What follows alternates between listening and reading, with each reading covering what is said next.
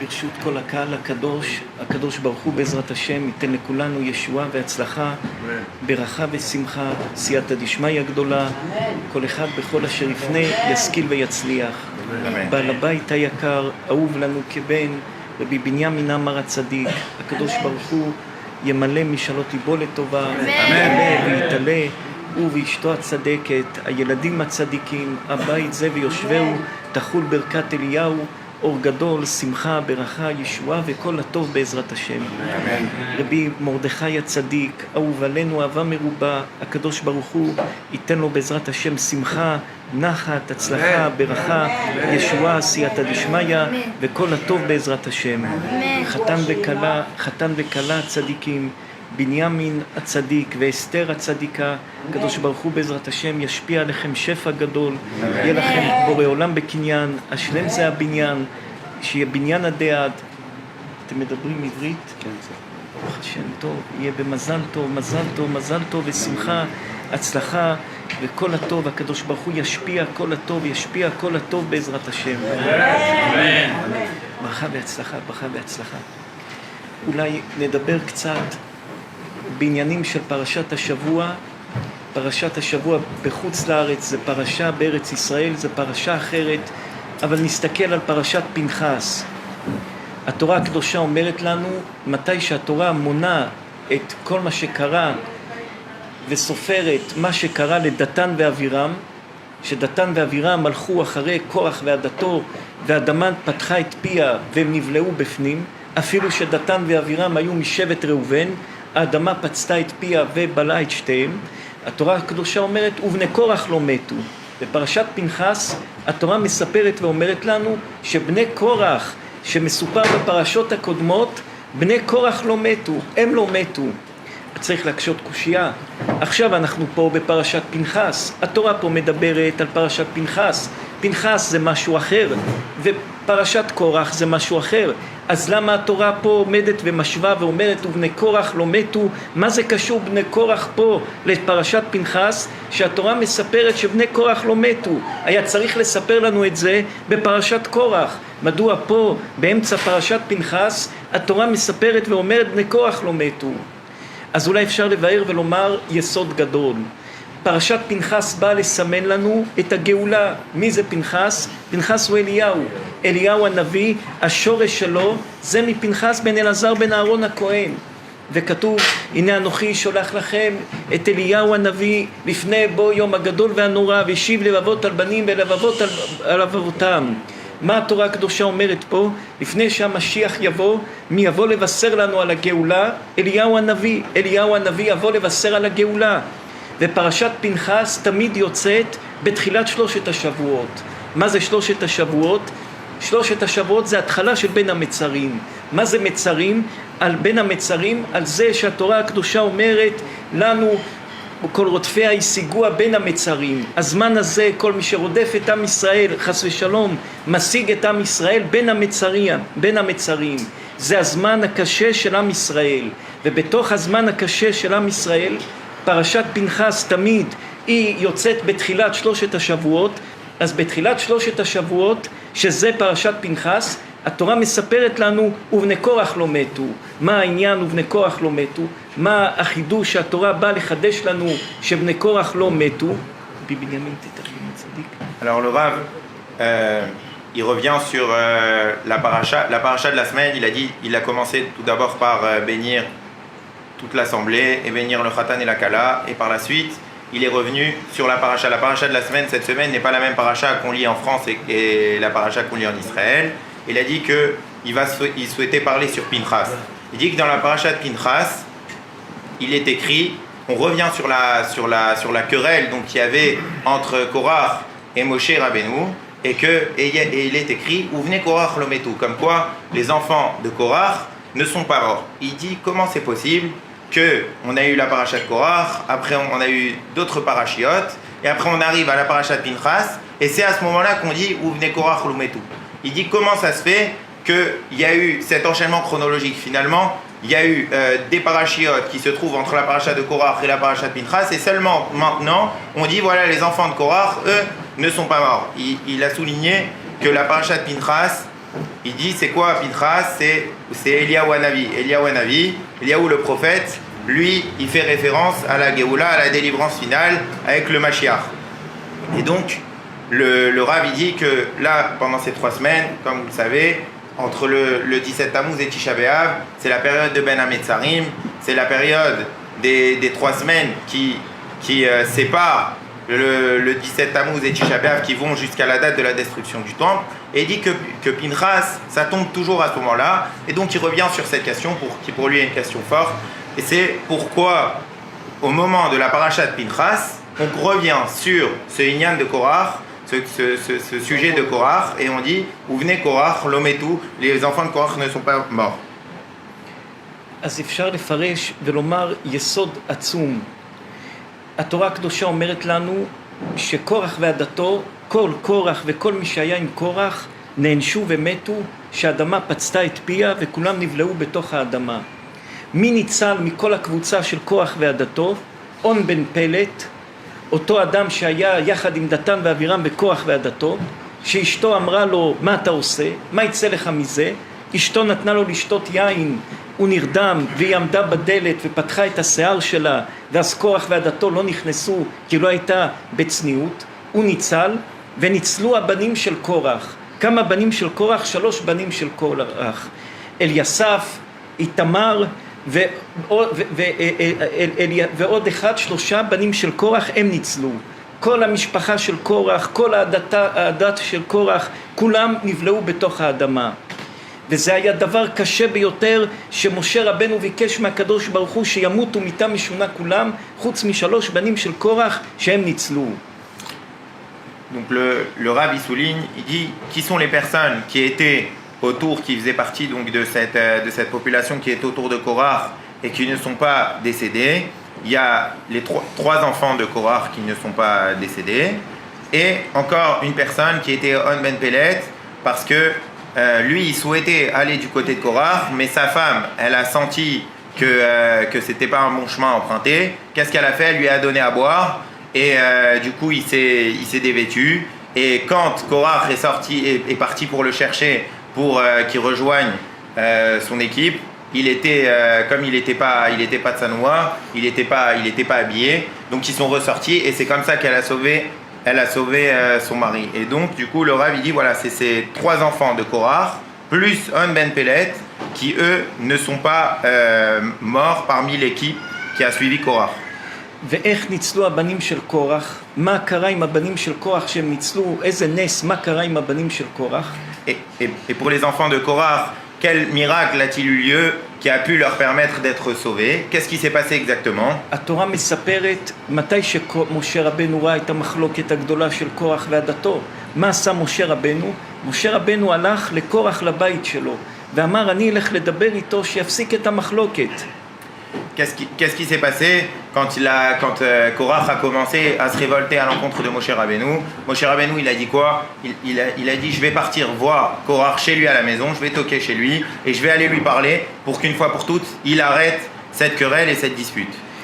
מתי שמשה בא להיכנס לבית של קורח, הבנים של קורח, 3 בנים שלו עמדו ואמרו אם נעמוד לכבוד משה רבנו אנחנו פוגעים באבא שלנו, ואם לא נעמוד לכבודו אנחנו פוגעים בכבוד התורה. החליטו הבנים של קורח לא לעמוד, אבל איך שמשה עבר על פניהם הם התביישו ועמדו לכבודו. Quand Moshe Rabbeinu donc est parti chez Korach pour s'entretenir avec lui, les enfants de Korach qui étaient à la maison, ces 3 enfants, ils avaient un doute, ils ne savaient pas est-ce qu'ils devaient se lever. S'ils se levaient, alors à ce moment-là ils allaient à l'encontre du Kibboud Amahem, de l'honneur qu'ils devaient faire à leur père, et donc du coup ils faisaient honte à leur père. Et s'ils ne se levaient pas quand Moshe Rabbeinu allait entrer, donc là à ce moment-là ils allaient à l'encontre de l'honneur de la Torah, puisque Moshe Rabbeinu représentait l'honneur de la Torah. Donc ils ont décidé de ne pas vexer leur père. Et quand Moshe est rentré dans la maison et qu'il est passé à côté d'eux, alors à ce moment-là, ils ont eu trop honte par rapport au Kavod HaTorah, par rapport à Moshe, et ils se sont levés. ולמחרת שהאדמה נפתחה וכולם נבלעו בפנים, אומרת התורה הקדושה שבני קורח ערערו בתשובה, ועשו תשובה וערערו בתשובה בצורה חזקה ביותר. Et le lendemain, quand les enfants de Korach, ils se sont rendus compte que la terre s'était ouverte et qu'elle avait emporté tout le monde, et ils se sont réveillés, en repensant à ce qui s'était passé, ils ont fait tchouva et se sont repentis sur l'acte qu'ils avaient fait quand Moshe Rabbeinu était rentré chez eux.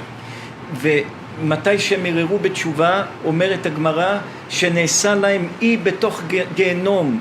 האדמה נפתחה, כולם נבערו בתוך האדמה, וכולם נכנסו לגיהנום, והבנים של קורח נבנה להם אי בתוך גיהנום, שרק הבנים של קורח היו באי הזה. Et du coup, quand la terre s'est ouverte et qu'elle a emporté tout le peuple qui était autour de Korach, il y a comme une île qui s'est faite au milieu de ces Gainam qui a aspiré Korach et tout ce qui était derrière lui, et elle a sauvé, en réalité elle s'est surélevée pour sauver les 3 enfants de Korach qui eux étaient à l'encontre de leur père. ורבותינו הקדושים אומרים שהבנים של קורח עשו תשובה מושלמת, תשובה חזקה ביותר. Et du coup, il dit que la Torah dit que les enfants de Korach, ils se sont complètement repentis, ils ont fait une tchouva qui était complètement exceptionnelle, complètement pleine. ועל זה רבותינו הקדושים אומרים שדוד המלך שכתב את התהילים, מי עזר לו לכתוב את התהילים ומאיפה דוד אסף את כל התהילים? אומרים רבותינו הקדושים, 10 צדיקים היו שותפים עם דוד המלך בתהילים, אדם הראשון, אברהם אבינו, משה רבנו, וגם 3 בנים של קורח. וה3 בנים של קורח כתבו 11 מזמורים בתהילים, מה שאנחנו אומרים בערב יום בראש השנה, בתקיעות שופר, למנצח לבני קורח מזמור, למנצח על השושנים, 11 מזמורי תהילים מהתהילים של דוד המלך, זה מזמורים ש3 בנים של קורח כתבו. Et le Rav dit que quand David Amelech il a écrit les Teilim, il y a 10 tzadikim qui l'ont aidé à écrire les Teilim, et parmi eux, il a dit que parmi ces 10, il y avait les 3 enfants de Korach qui eux ont aidé à écrire 11 מזמורים de Teilim, 11 psaumes qui se trouvent dans les בתהילים רבי Teilim. בנימין יש 150 פרקים של תהילים, ומתוך זה 11 פרקים הבנים של קורח כתבו. Le Rav a souligné qu'il y a 150 psaumes de Teilim dans le Teilim et qu'il y en a 11 qui ont été écrits par les 3 enfants de Korach. ועל זה חולקים המפרשים ואומרים, מתי הם כתבו את המזמור, את ה-11 מזמורים? האם מתי שעוד היו בתוך גיהנום, בתוך האי, או אחרי שיצאו? Alors du coup, le Rav il pose une question. Se pose la question de savoir est-ce que les 11 Teilim ils ont été écrits quand ils se sont retrouvés sur cette sorte d'île qui les a sauvés au moment où la terre s'est ouverte et qu'elle a aspiré le reste de tout le peuple qui était derrière Korach, ou bien non, c'est après cet épisode qu'ils ont écrit les 11 Teilim. ועל פי זה הקושייה הידועה שכתבה בספרים הקדושים. אדם שהחטיא את הרבים, אדם שדיבר לשון הרע, אדם שעשה דברים לא טובים, והוא עושה תשובה, אז הוא ייכנס לגן עדן, וכל האנשים שהוא קלקל אותם, דיבר איתם לשון הרע, החטיא אותם, הם יהיו בגיהנום. איך זה מסתדר? Et du coup, il a dit qu'il y a une question qui se pose, une personne qui a fait fauter d'autres personnes, et que cette personne, par la suite, elle a fait tchouva. Comment c'est possible? Si par exemple, elle a emporté, par son entrain, elle a emporté d'autres personnes pour qu'elles fassent des avérotes, pour qu'elles enfreignent la loi, et derrière lui, il a fait tchouva, il est revenu vers Akadosh Baruch Hu, et que du coup, cette personne va se retrouver à la fin au Gan Eden. Il dit comment c'est possible que cette personne qui a finalement entraîné les gens à fauter, elle se retrouve sauvée, et que les autres qui ont fauté par sa cause, parce qu'il les a entraînés, ils se retrouvent eux au Gan Eden. וזה דבר מפחיד, כי אדם שמדבר לשון הרע, או אדם שעושה עבירות ומחטיא את הרבים, ועל זה התורה הקדושה אומרת, כל המחטיא את הרבים הם מספקים בידו לעשות תשובה. למה? כי אין מציאות כזאת. אתה אמרת רע, אנשים ממשיכים את הרע שאמרת, ואתה תחזור לגן עדן, תחזור בתשובה, אתה החטאת את כולם, אז איך אתה יכול לעשות תשובה? לכן אדם שהחטיא את הרבים, אין מספקים בידו לעשות תשובה. Il a dit c'est quelque chose qui fait vraiment peur. Par exemple, quelqu'un qui dit du lachon hara, quelqu'un qui médit, quelqu'un qui dit du mal, et du coup après ça se propage et ce mal il est emmené de personne en personne. Il dit c'est pour ça qu'il est écrit une personne qui a fait fauter le public, ça veut dire il a fait fauter d'autres personnes. Alors à ce moment-là, cette personne on lui donne pas la possibilité dans sa main de faire la tchouva. ולכן אדם צריך לדעת, כל מה שהוא מדבר זה חוסם אותו אחר כך שהוא בצרות ובעיות, חוסם אותו בתשובה, כי הוא עשה לו טוב, נחסם לו הדרך לתשובה. Il dit c'est pour ça qu'une personne doit savoir qu'à chaque fois qu'elle médit, à chaque fois qu'elle parle mal, cette personne, quand elle voudra faire tchouva, elle s'est bloquée, elle s'est fait un barrage. Elle n'aura pas la possibilité de faire tchouva parce qu'elle a fait fauter le public. ועל זה אומר רבי יואל מסטמר יסוד עצום. רבי יואל מסטמר אומר, הזוהר הקדוש אומר, רבי שמעון בר יוחאי אומר, שמי שמדבר לשון הרע לא מסיים לו לעשות תשובה, והתשובה שלו קשה. אז אומר רבי יואל מסטמר, אז מי שבכל אופן דיבר לשון הרע, איך הקדוש ברוך הוא יסלח לו? הרי לשון הרע שהוא דיבר הלך ל10,000 אנשים, איך הוא ילך להחזיר בתשובה 10,000 אנשים ולקחת את הלשון הרע שהוא דיבר? Et du coup, Rabbi Yoel Misatmer il pose une question, il dit comment c'est possible, une personne qui a dit du Lachon Hara, ce Lachon Hara il s'est propagé de personne en personne, comment c'est possible qu'une personne qui a dit du Lachon Hara et qui est une dizaine de milliers de personnes qui après aient entendu son Lachon Hara, comment cette personne elle va pouvoir faire tchouva? Comment est-ce possible que cette personne elle fasse tchouva? וכמו שסיפרנו פעם את הסיפור עם החפץ חיים, שהיה איזה אדם שהיה מדבר על החפץ חיים הרבה לשון הרע, ויום אחד הוא בא לחפץ חיים לבקש ממנו סליחה. החפץ חיים אמר לו, אני אסלח לך בתנאי אחד, שתיקח עט ודף ותכתוב כל מה שדיברת על היראה. אותו אדם לקח עט ודף וכתב את כל הלשון הרע שהוא דיבר על החפץ חיים. החפץ חיים לקח את המחברת וקרא אותה לחתיכות קטנות, ואחרי שקרא אותה זרק את זה מהחלון ברוח. הרוח לקחה את כל הפירורים שהוא חתך. אמר לו החפץ חיים, עכשיו שאתה רוצה שאני אסלח לך, לך תאסוף את כל הפירורים שחתכתי. אותו אדם אמר, הרוח לקחה את הכל, איך אני אאסוף את זה? אמר לו החפץ חיים, איך אני אאסוף את כל הלשון הרע שדיברת עליי? Il a dit, par rapport à ça, il y a une histoire du Chafetz Chaim. Le Chafetz Chaim, une fois il y avait une personne qui disait beaucoup de Lachon Hara sur le Chafetz Chaim. Et ce Lachon Hara, il s'est diffusé à travers le monde. C'est-à-dire que cette personne, du matin au soir, rien qu'elle disait du Lachon Hara sur le Chafetz Chaim, elle ne s'arrêtait pas. Il n'y avait pas de pause à son Lachon Hara. Et un jour, cette personne, elle voulait faire tchouva. Alors elle est partie voir le Chafetz Chaim. Elle lui a dit voilà, j'aimerais bien une fois pour toutes faire tes tchouva. Et je ne sais pas comment faire parce que j'ai tellement dit de Lachon Hara sur toi que je ne sais pas comment me repentir par rapport à ce que j'ai fait. Alors le Chafetz Chaim il lui a dit ok, on prend un cahier et écrit tout le Lachon Hara que tu as dit sur moi. La personne elle a pris un cahier, elle commence à écrire tout le Lachon Hara qu'elle avait dit sur le Chafetz Chaim. Le Chafetz Chaim lui a dit donne le cahier, il l'a découpé en 1000 morceaux, le cahier. Le Chafetz Chaim a découpé le cahier en 1000 morceaux. Il ouvre la fenêtre, il y avait un peu de vent et il a fait s'envoler tous les petits morceaux du cahier. Et le Chafetz Chaim il a demandé à cette personne, il lui a dit maintenant si tu veux que je te pardonne, il faut que tu ailles chercher tous les petits morceaux qui viennent de s'envoler en l'air du cahier que je viens de déchirer. Il lui a dit mais c'est impossible, regarde le vent, il a tout emporté. Il lui a dit alors comment tu veux maintenant que je te permette de faire tchouva avec tout le Lachon Hara que tu as dit sur moi jusqu'à maintenant?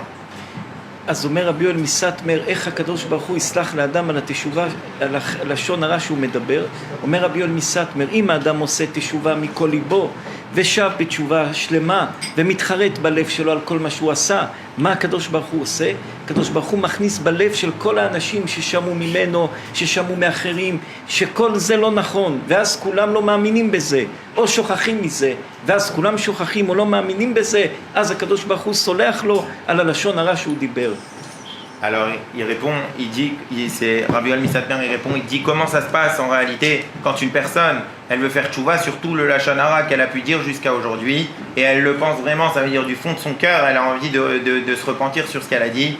Alors Akadosh Baruch Hu, il fait que toutes les personnes qui ont entendu du Lachon Hara sur cette personne, pas sur tout le Lachon Hara qui venait de cette personne et sur les autres personnes, il fait à Kadosh Baruch Hu que dans le cœur des gens qui ont entendu ce Lachon Hara, plus personne n'y croit et donc ce Lachon Hara est complètement annulé.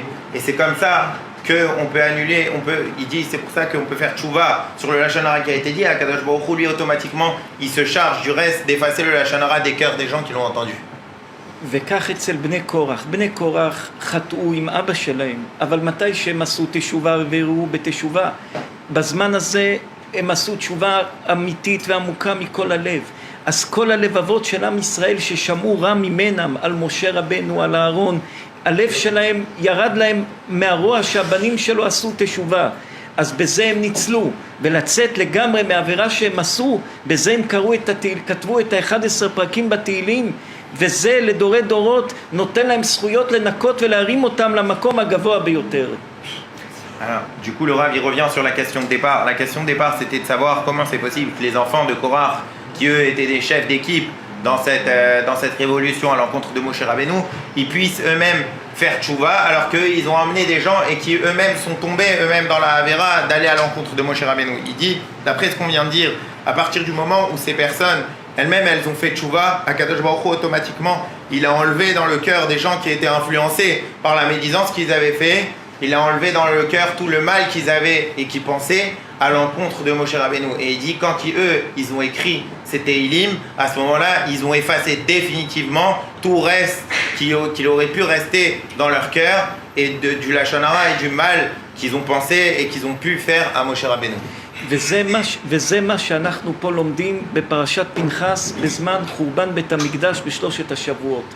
רוצים שבית המקדש ייבנה, מה עושים? קודם כל עושים תשובה מהלב, מתחרטים חרטה גדולה, ואחר כך עושים מצווה, החרטה מוחקת את כל הרע מסביב, והמצווה מרימה אותנו מהבור שנפלנו בו. Il dit, et c'est ce qui se passe exactement pendant ces 3 semaines.